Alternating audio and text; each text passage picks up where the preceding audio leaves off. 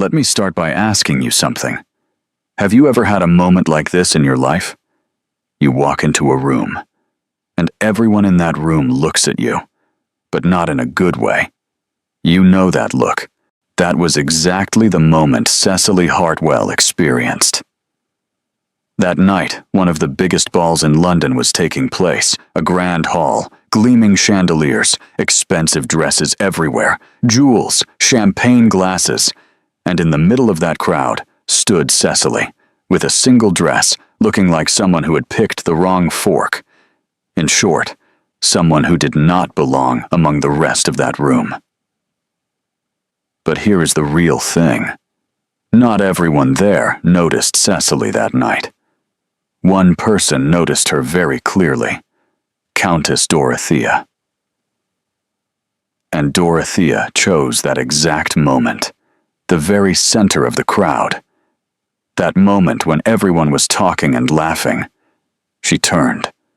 Her voice rose. It rose so loud the entire hall heard it. "How did this girl get in here?" There was a second of silence. Then the room laughed. They really laughed. Cecily froze where she stood. She could not even put down the fork in her hand. Sometimes humiliation arrives like that, all at once, without giving you any time to prepare. But at that exact moment, while everyone was laughing, another sound was heard. The sound of a chair, a short creak. Someone had stood up.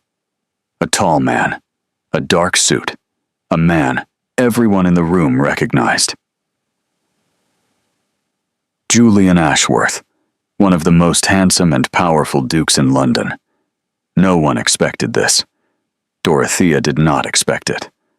Maud did not expect it. Cecily certainly did not expect it. But Julian Ashworth had stood up.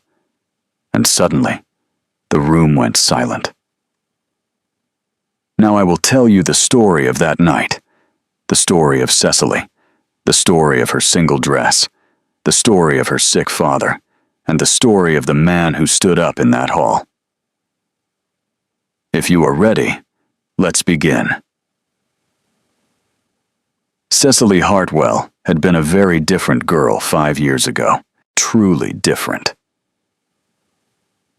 When she came down to the breakfast table in the morning, 3 servants were already waiting. What cup would be used, which jam would be served, whether the window should be open or closed, everything had already been decided. All Cecily had to do was sit down in her chair. In winter, they went to the big house in Yorkshire. In summer, they stayed at the house on the Cornish coast. And between those seasons, there were balls. There were invitations. There were nights at the theater. Cecily grew up inside all of that. And for a long time, she thought it was normal. But it did not take long for her to learn it was not. She was 18 when her father became ill. At first, it looked like small things. Her father missed a few meetings.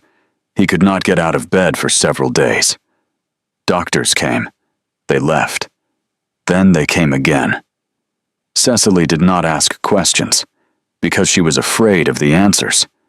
Then things started to disappear. First, the Yorkshire house was sold. Temporary, they said. Then the house on the Cornish coast was gone. The market is bad, they said. Then the cars, the servants, the cook. There was always an explanation for every loss. Logical explanations. Temporary explanations. But the temporary thing never ended. One morning, Cecily woke up. She went downstairs. There was no one at the breakfast table. She poured her own coffee. That was the day she understood. Now she was 23. The house in London was still there. Her father had sold almost everything to keep that house. A name matters, he used to say. The Hartwell name must remain standing. Every morning, Cecily looked at that house. Large, cold, half empty. Rooms that had once been full were now silent. There was only one servant left in the house. An old man, He worked without taking a salary, because he had served the Hartwell family for 40 years. Some people are like that. They do not leave. When it came to dresses, Cecily once had beautiful dresses in her wardrobe. Once now only 3 remained. One for mornings, one for daily wear, one for balls. The ball gown was navy velvet. It had been made 5 years earlier. It was still beautiful. But London society notices everything. Who wears what? Who wore it how many times? Which jewelry is real, and which is imitation? And Cecily went to every ball wearing the same dress, that navy velvet dress. No one had said anything to her face yet. But they were looking. Cecily had learned to recognize those looks. The first year, she did not notice. Or perhaps she did not want to notice. The second year, she ignored them. The third year, she got used to them. But perhaps getting used to it was not the right phrase. Sometimes people do not get used to something. Sometimes they simply freeze. When a person is exposed to something long enough, they put it somewhere. They place it somewhere deep. They store it there. And then they continue their life. Cecily did the same. She kept going. Because she had no other choice. Her father was sick. The house had to be kept. The Hartwell name still meant something, at least a little. And every evening, Cecily put on that navy velvet dress. She held her head high, and she walked into those halls. Until that night. Until that night, no one had said it to her face. But that night, someone did. Countess Dorothea did. Julian Ashworth was known in London. Truly known. 30 years old. Duke of Ashworth, and unmarried. In truth, those 3 facts were enough. London society would fill in the rest on its own. He was invited to every event. His name was mentioned at every ball. He was the man every mother wanted her daughter to meet. In a way, he was the most valuable bachelor in London society, and everyone knew it. Countess Dorothea especially knew it, because Dorothea had a daughter. Maud. And Dorothea was not subtle about it. At every ball, the same scene played out. Maud on Julian's right, then on his left, then at the piano. Maud would look at Julian while she played. Julian noticed. Everyone noticed. And frankly, Julian was tired of this game. In fact, Julian had grown tired of many things lately. Those halls, those faces, those conversations. The same things had been talked about for years. Who married whom, who spent whose fortune, who lost which title. From the outside, it all looked brilliant. But from the inside, after a while, it all began to feel the same. That, too, was a kind of boredom. The complete opposite of Cecily's world. Not the boredom of having nothing. The boredom of having too much. His father had died the previous year. In his final days, he told Julian only one thing. Julian still remembered that sentence. "In this city, everyone bows to the powerful," he had said. Then he added, "You stand beside the weak." Julian had nodded at the time, but to be honest, he had not done much, because the opportunity had not appeared. Or perhaps it had appeared, but Julian had not noticed. Until that night. Until Countess Dorothea stood up that night. There is no need to speak long about Dorothea. You know this kind of person. They exist in every society. A widow, wealthy, sharp-tongued, and extremely calculating. Dorothea had one goal, to marry Maud to Julian, because that marriage would secure her status. So Dorothea used every opportunity. She drank. She spread gossip. She humiliated people. But she did it all with a smile. The reason she chose Cecily that night was actually very simple. She had seen Julian look at Cecily, just for a moment, a very brief moment. But Dorothea caught that look, and Dorothea never missed things like that. The ball was at Lord Pembridge's house, one of the largest mansions in Mayfair, a 3-story building. Halls that could hold 100 people, and the chandeliers. They were so large that everyone who entered instinctively looked up. Cecily had looked up too. In fact, she looked every time, because it had become a small habit of hers. Before entering, she looked at the chandeliers. Pause for 1 second. Take a breath. Then walk into the hall. She was wearing the same dress as always. Navy velvet. The first hour passed well, or at least Cecily survived it. There were familiar faces. Familiar looks. Cecily smiled. She greeted them. Then she stepped off to a corner. Her plan was simple. Stay unnoticed until dinner. But sometimes, plans do not work. The first mistake happened at the dinner table. Cecily picked up the fork on the right. It was the wrong fork. It was the fish fork, not for the meat. It was actually a very small thing. But London society loves small things. The woman beside her noticed. Then the woman beside that woman noticed. Then the whispering began, and that whisper spread across half the table. Cecily noticed it. She put the fork down. She picked up the right one, but it was already too late. Then the dancing began. A man asked Cecily to dance. He was an older man, a polite man, and harmless. Cecily accepted. The dance began. Cecily took a step. The man took a step too. They both went in the same direction, and they bumped into each other slightly. No one fell. Nothing really happened, but everyone saw it. A small laugh came from the corner. Cecily apologized. The man apologized too. The dance continued, but that laugh had started to grow. By then, something in the room had changed. That whisper, that fork, that dance step. It was all building, and it was going somewhere. Dorothea chose that exact moment. She was at the far corner of the tables. She was wearing a purple dress. She had on a large necklace. Maud was beside her, and Julian. Julian was at the head of the table. He looked bored. He was staring at his wine. Dorothea stood up. Her voice was loud, deliberately loud. "Children," she said. "Who is this girl?" Then she added, "How did she get in here?" The room stopped all at once. The music was still playing, but the people had stopped. Heads turned. Eyes shifted toward Cecily. One person, then Beam, then N, then almost everyone.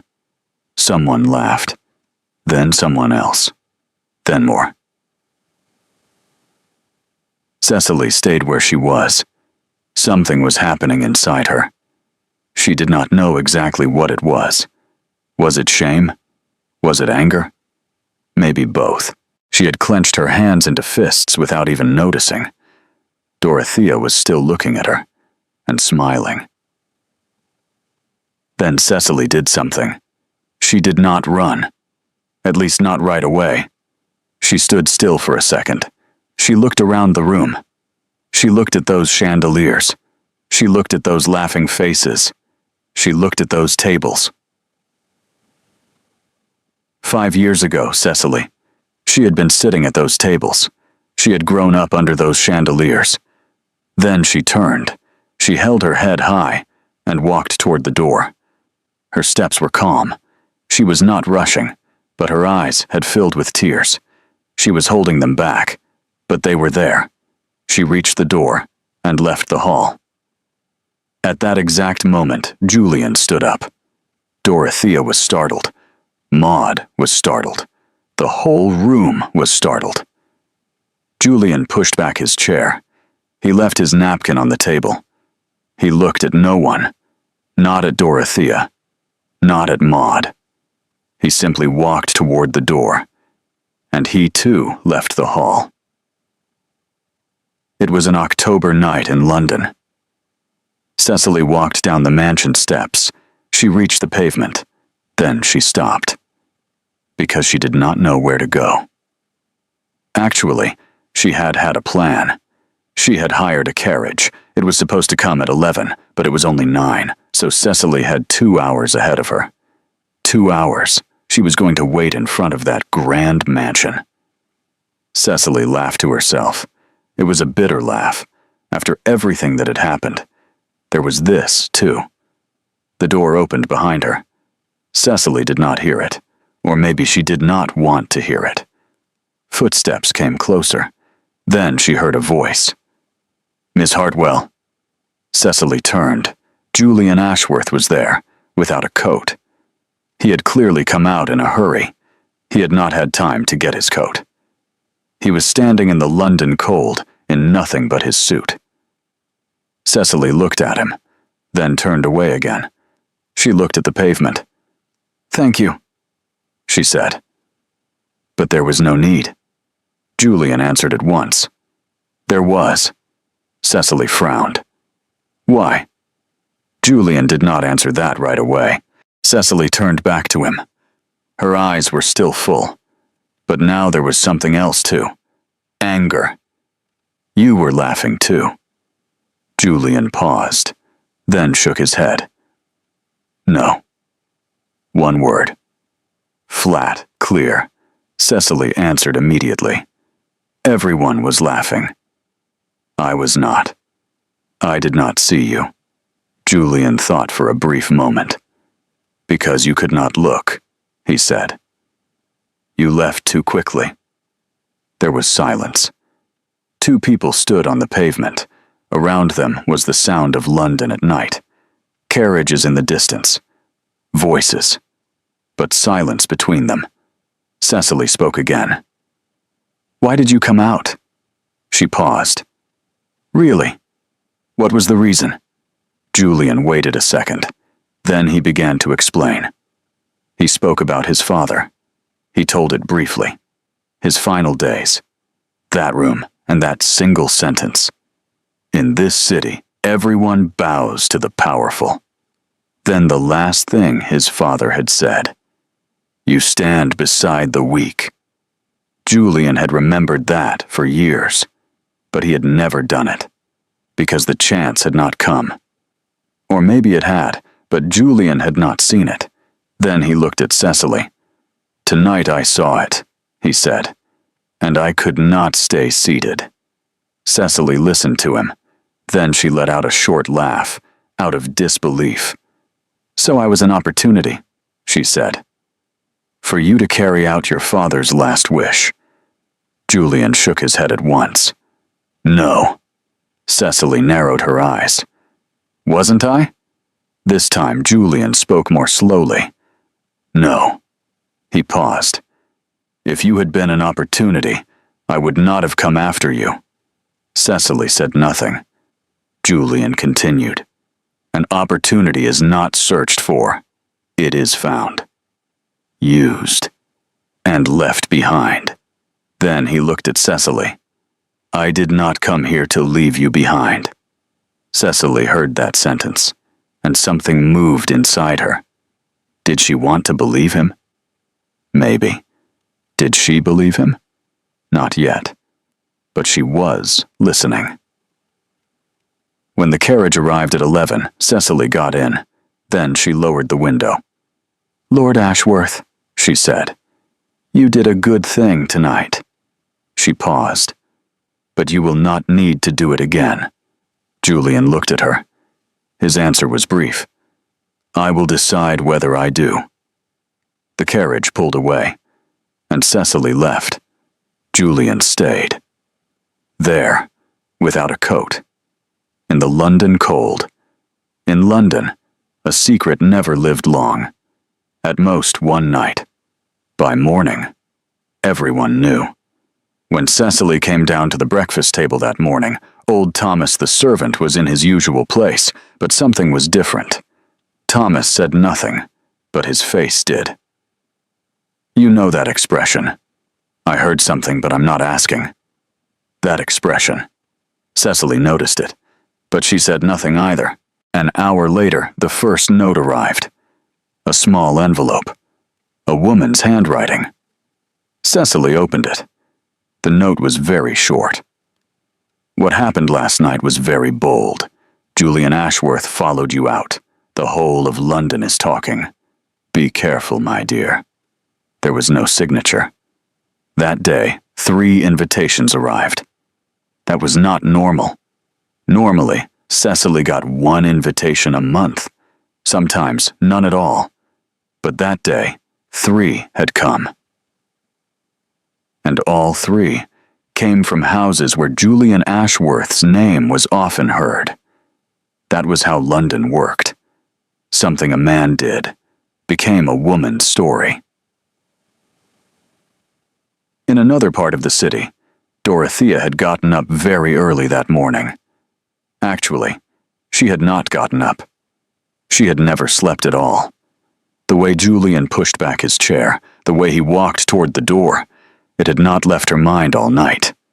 Years. Dorothea had worked for years. She had planned. She had calculated. All of it was for Maud. And now, that Hartwell girl. Maud came down the stairs. Her eyes were swollen. "Mother, Julian." Dorothea raised her hand. "Sit down." Maud fell silent. Dorothea set down her cup. She was thinking. Then she spoke in a calm voice. "We have not lost Julian." A short pause. "Not yet." That day, the same subject was being discussed in every corner of London. In Hyde Park. In the clubs. At tea time. Everyone was asking the same thing. Julian Ashworth went after a girl. Who is the girl? She must have planned something. The Hartwell family is finished already. Julian sometimes does strange things. Someone would shrug. It will pass. Cecily had to go out that day. She needed medicine for her father. She stepped into the street. On the pavement, she ran into 2 women. One of them smiled. "Last night was quite eventful." The other added, "Julian Ashworth rarely does things like that." Cecily lowered her head slightly. "I do not know. I do not know him." One of the women answered with a small smile. "Not yet?" Both of them laughed. It was a polite laugh. Measured. But there was something in it. Cecily smiled too, and kept walking. When she turned the corner, she stopped. She took a deep breath. Something had changed. The way people looked at her. But it was not a good change. There was curiosity. There were whispers. There was gossip. Cecily had been pulled into a game, and she had not chosen it herself. The invitation had come from Lady Forsyth. A tea gathering, a small gathering, selective, only 15 people in total. Cecily normally did not go to gatherings like that anymore. Not anymore, but Lady Forsyth had been an old friend of her father's, so refusing the invitation would have been wrong. Cecily went. When she entered the drawing room, she saw Julian. Cecily stopped for a second. Truly, only for a second. Then she understood. This was not a coincidence. She lifted her eyes and looked at Lady Forsyth. The older woman was smiling. An innocent smile. Too innocent. Julian stood up. He gave a slight bow. "Miss Hartwell?" "Lord Ashworth." Cecily nodded. Then she walked on. She crossed to the far corner of the room and sat in the chair farthest away. 10 minutes passed, then 15. Julian stood up. He walked across the room and sat in the chair beside Cecily. Cecily looked at her teacup. "A coincidence," Julian shook his head. At least he was honest. Cecily asked directly, "What do you want, Lord Ashworth?" "To talk. We talked last night, not for long." Cecily set her cup down on the table, then turned to him. Her voice was low. She did not want anyone to hear. "Look," she said. "Whatever you did last night, it was kind." She paused. "Truly." Then she went on. "But London is talking now." My name is being mentioned everywhere. My name. She fell silent for a moment, and it is not helping me. On the contrary, it is making me a target. A bigger target, Julian asked calmly. Are you afraid of Dorothea? Cecily shook her head. I'm not afraid, but I do not want to make enemies for no reason. Julian answered at once. Dorothea is already your enemy. A short pause. She was before last night, too. You just did not know it. Cecily did not answer, because that was true. Julian kept speaking, quietly, without rushing. I want to see you again. I'm saying it plainly. Cecily raised her eyebrows. Why? Julian thought about it, and this time he did not lie. I don't know exactly. Then he added, but last night, when you were leaving, the way you walked, the way you held your head, I saw something. Cecily was silent. Julian continued. I want to understand what it was. Cecily looked at him. She looked at him for a long time. Then she spoke slowly. Lord Ashworth, I am the daughter of a fallen family. I have a sick father. I have only one ball gown, and now all of London knows it. Then there was a brief pause. You are the Duke of Ashworth. Where do you think this story goes? Julian lifted his shoulders slightly. I don't know. Then he added, but we will not find out if we do not go there.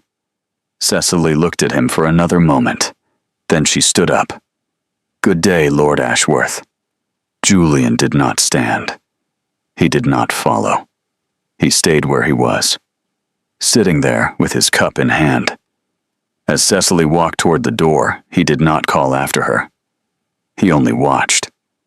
At the other end of the room, Dorothea was sitting. She had seen everything. Julian standing up, sitting beside Cecily.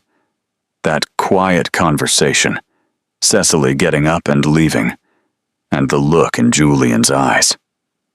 Dorothea set her cup down on the table. She turned to the woman beside her. She spoke in a whisper, but she was smiling. Do you know about the Hartwell family's debts? The woman shook her head. No. Dorothea leaned in a little more. I do. The invitation was at Lord Harrington's house, one of the biggest dinner parties of the year. A long table, 30 guests, and the most distinguished names in London. Under normal circumstances, Cecily could no longer have attended a gathering like that. But Lady Forsyth had stepped in again. Cecily could not refuse the invitation, and she went. Dinner began. At first, everything was normal. First, the soup was served, then the first wine. There was light conversation around the table. Cecily held her head high. Julian was seated on the other side of the table. Dorothea sat in the middle, and she was laughing, talking. She looked like the most cheerful person at the table. Cecily noticed it, and something tightened inside her. This cheerfulness was not real. The main course arrived. At that exact moment, Dorothea raised her glass. She spoke with a smile. I want to ask something. The guests turned toward her. Is there a philanthropist among us? There were small laughs around the table. A few people half raised their hands as a joke. Dorothea laughed too. Then she turned her head and looked at Cecily. Because, she said, I was wondering what the Hartwell family is doing at this dinner. The room went silent at once, but Dorothea did not stop. Her voice still sounded polite. Her smile was still in place. She spoke as if she were making ordinary conversation. The Hartwells have debts, in many places, to the bank, to the chemist, even to the coal merchant. Then she turned to Julian. This girl is expecting charity from you, Julian. She paused. Are you aware of that? 30 pairs of eyes turned to Julian at once. Julian looked down at the table. His face was completely calm. Cecily, on the other hand, had frozen at the table, in front of everyone. She could feel that familiar sensation inside her. Her hands had become fists. Her breath had stopped. But this time, it was different. This time, more than shame. There was anger. Cecily stood up, slowly, without rushing. She made no sound as she pushed back her chair. The room was waiting. Would she run? Would she cry? Would she apologize? Cecily looked at Dorothea. Straight, calm, direct. "Countess Dorothea," she said. "For 12 years, you have been at every ball, every dinner, every tea gathering." She paused. "You know everyone. You know every house." There was a brief silence. Then Cecily continued. "And yet no one likes you." She tilted her head slightly. "Have you ever wondered why?" The room held its breath. Dorothea's face changed. That smile wavered for the first time. Cecily kept speaking. "My father has debts. Yes, because my father is ill, and ill men sometimes fall into debt." She paused. "That is not shameful." Then she looked at Dorothea. "But if a healthy woman's only purpose is to crush other people," a short pause, "that is shameful." Cecily finished speaking. She straightened her chair. She set her napkin on the table. The room was waiting. Everyone was thinking the same thing. Now she would walk to the door. But Cecily did not go to the door. She sat down again. For a few seconds, the room stayed like that. Then someone on the right side of the table laughed. A short laugh. A real laugh. Then someone else. A small wave of sound spread across the room. Dorothea's cheek had turned bright red. At that moment, Julian looked at Cecily, from across the table, from the middle of 30 people. Cecily was sitting straight. Her head was high. Her hands were resting on the table, and she was looking ahead. Julian saw something in that look, the same thing he had seen on the pavement, but this time it was clearer, stronger. This woman did not break. Sometimes she might bend, but she did not break. Julian made his decision in that moment. Dinner ended. People began to rise from the table. Julian approached Cecily, in the crowd. He spoke in a voice low enough that no one could quite hear. "Tomorrow, Hyde Park, afternoon." Cecily looked at him. "Is that a question?" Julian shook his head slightly. "No." Cecily looked at him for a long moment. Then she gave a short answer. "At 2. And she walked away. They met in Hyde Park. It was a cold afternoon. The trees were bare. The sky was gray. The park was almost empty. Cecily arrived early. Julian arrived exactly at 2. They walked for a while. This time, their conversation was different. More relaxed. More real. Cecily spoke about her father. This time, more openly. Julian listened. This time, more carefully. More deeply. An hour passed. Then Julian stopped. He turned to Cecily. "I want to visit your father." Cecily was surprised. "Why?" Julian did not answer right away, but his look was the answer. Then he said something short. "Tomorrow, before noon." Julian came to the Hartwell house the next morning. Cecily met him at the door. She let him inside. They went up the stairs together, quietly. The father's room was upstairs. Cecily stopped at the door. Julian went in. Cecily could not see inside the room, but she could hear. Julian spoke. His voice was low. Calm, Cecily's father answered. It was a tired voice, a weak voice, but it was still clear.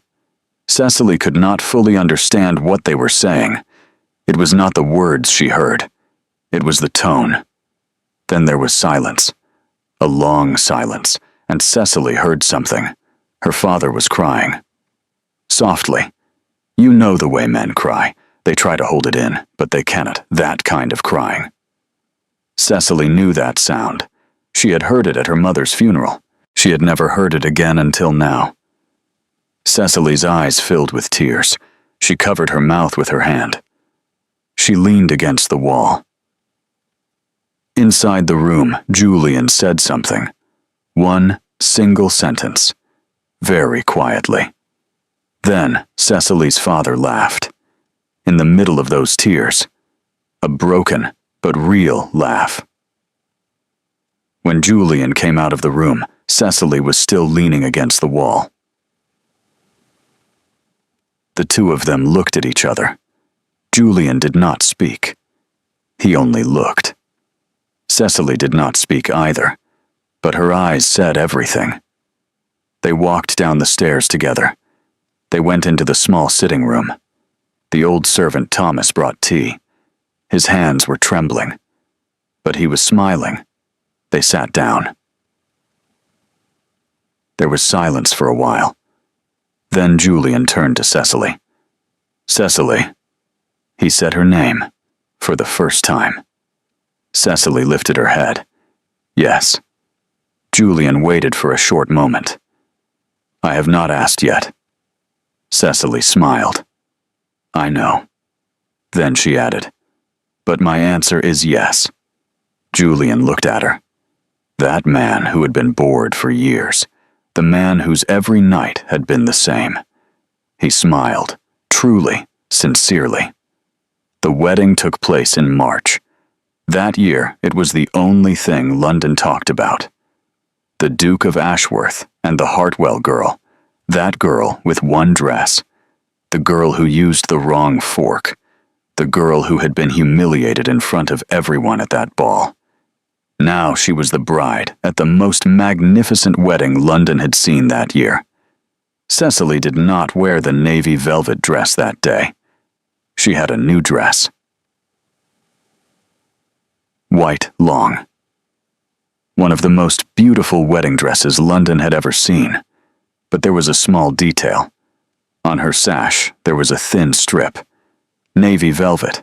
Thomas had cut it, from the fabric of the old dress. Cecily had asked for it, because that dress was not shame. It never had been. Dorothea was not invited to that wedding. Maud quietly moved to the countryside. No one asked much about where she had gone, and Dorothea, the sharpest tongue in London, the most dangerous woman. She slowly disappeared from those salons. Debts came to light. Connections broke. Invitations grew fewer. No one had done anything to her. Life had done it. Sometimes the best justice works like that. You do nothing. You simply wait. Now I will let you go. But first, I want to say something. The thing that affected me most in this story was that navy velvet dress. Cecily wore it for 5 years. Everyone saw it. Everyone noticed. But no one said it to her face. Until Dorothea did. And Dorothea used that dress as a weapon. But Cecily carried that dress to her wedding day. She stitched it into her sash. Not as shame, but as strength. I want to ask you something. Do you have something like that in your life? Something someone used as a weapon against you, but that was actually your strength? If you do, write it in the comments. I am truly curious. Thank you very much for listening to this story until the end. You can write where you are watching from, which city, which country, whether it is night or day. New stories are on the way. Do not forget to subscribe and turn on notifications so you do not miss them. See you in the next story.